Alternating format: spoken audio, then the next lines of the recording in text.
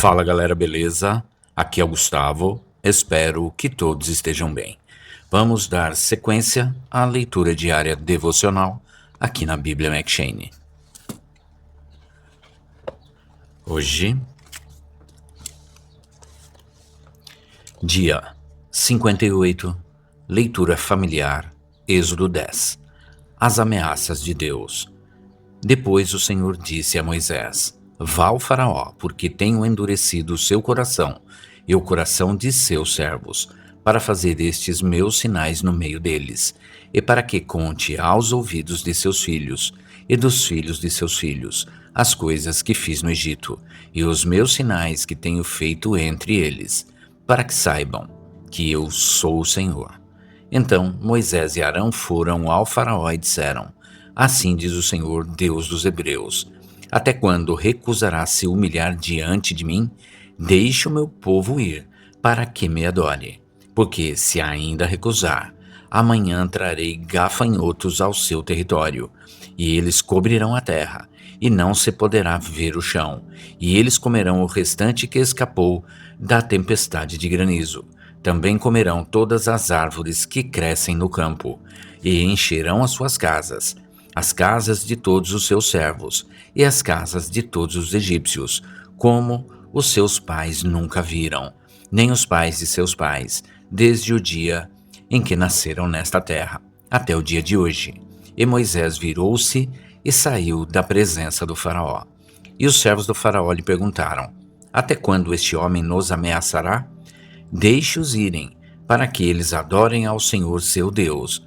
Não percebeu ainda que o Egito está destruído?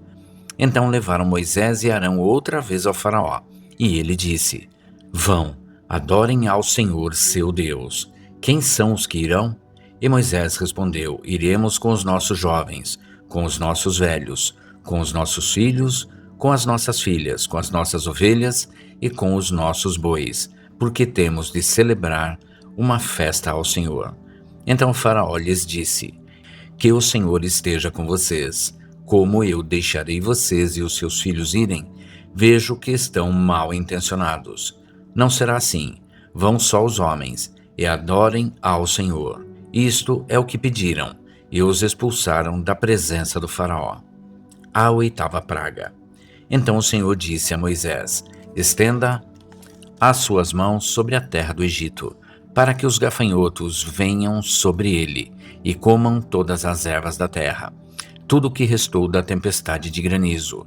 Então Moisés estendeu sua vara sobre a terra do Egito, e o Senhor trouxe sobre a terra um vento oriental durante todo aquele dia e toda aquela noite. Então, pela manhã, o vento oriental trouxe os gafanhotos. E os gafanhotos vieram sobre toda a terra do Egito e pousaram sobre todo o seu território. Eram tão numerosos que nunca houve tantos, nem antes e nem depois, porque cobriram toda a terra, e a terra se escureceu. Assim comeram todas as ervas da terra e todos os frutos das árvores que tinham sobrado da tempestade de granizo. Não sobrou nada verde nas árvores, nem ervas no campo, em toda a terra do Egito. Então o Faraó se apressou em chamar Moisés e Arão e lhes disse: Pequei contra o Senhor seu Deus e contra vocês. Agora, peço que perdoem o meu pecado somente desta vez, e que orem ao Senhor seu Deus, para que ele tire daqui esta praga mortal. E saíram da presença do Faraó, e Moisés orou ao Senhor. Então o Senhor trouxe um vento ocidental fortíssimo, que levantou os gafanhotos, e os lançou no Mar Vermelho.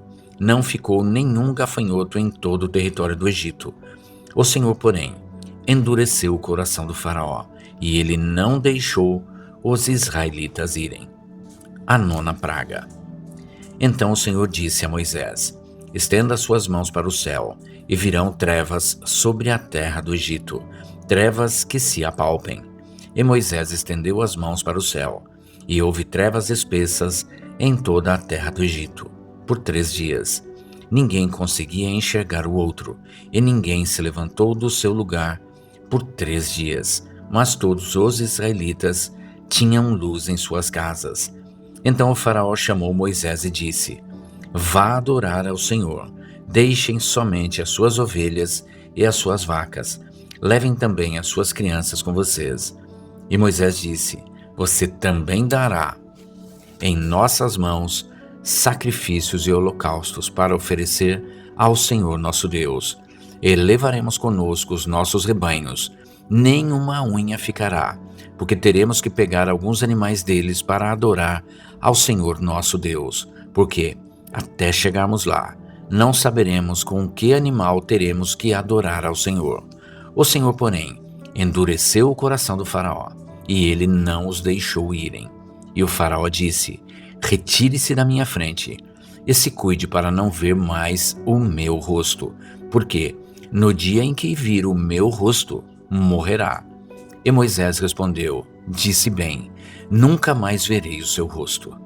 Agora, Lucas 13. A importância do arrependimento. E naquele mesmo tempo, estavam presentes ali alguns que lhe falavam dos galileus, cujo sangue Pilatos misturava com os seus sacrifícios. Então Jesus lhes disse: Vocês pensam que esses galileus foram mais pecadores do que todos os galileus por terem sofrido essas coisas? Não, lhes digo. Antes, se vocês não se arrependerem, todos de igual modo perecerão. E aqueles 18 sobre os quais caiu a torre de Siloé e os matou, vocês pensam que eram mais culpados do que todos os outros habitantes de Jerusalém? Não, lhes digo. Antes, se não se arrependerem, todos de igual modo perecerão. E Jesus contava esta parábola. Um certo homem tinha uma figueira plantada na sua vinha, e foi procurar nela fruto, mas não achou. Então disse ao homem que cuidava da vinha: Há 3 anos venho procurar fruto nesta figueira, e não encontro nada. Corte-a, porque ela ocupa inutilmente a terra? E o homem respondeu: Senhor, deixe-a este ano, até que eu escave ao redor dela e a esterque. E se der fruto, ela ficará, e se não der, depois o Senhor mandará cortá-la. A mulher curada no sábado. E Jesus ensinava no sábado, numa das sinagogas. Eis que ali estava uma mulher que tinha um espírito de enfermidade há 18 anos, e ela andava encurvada, e não podia de modo algum endireitar-se.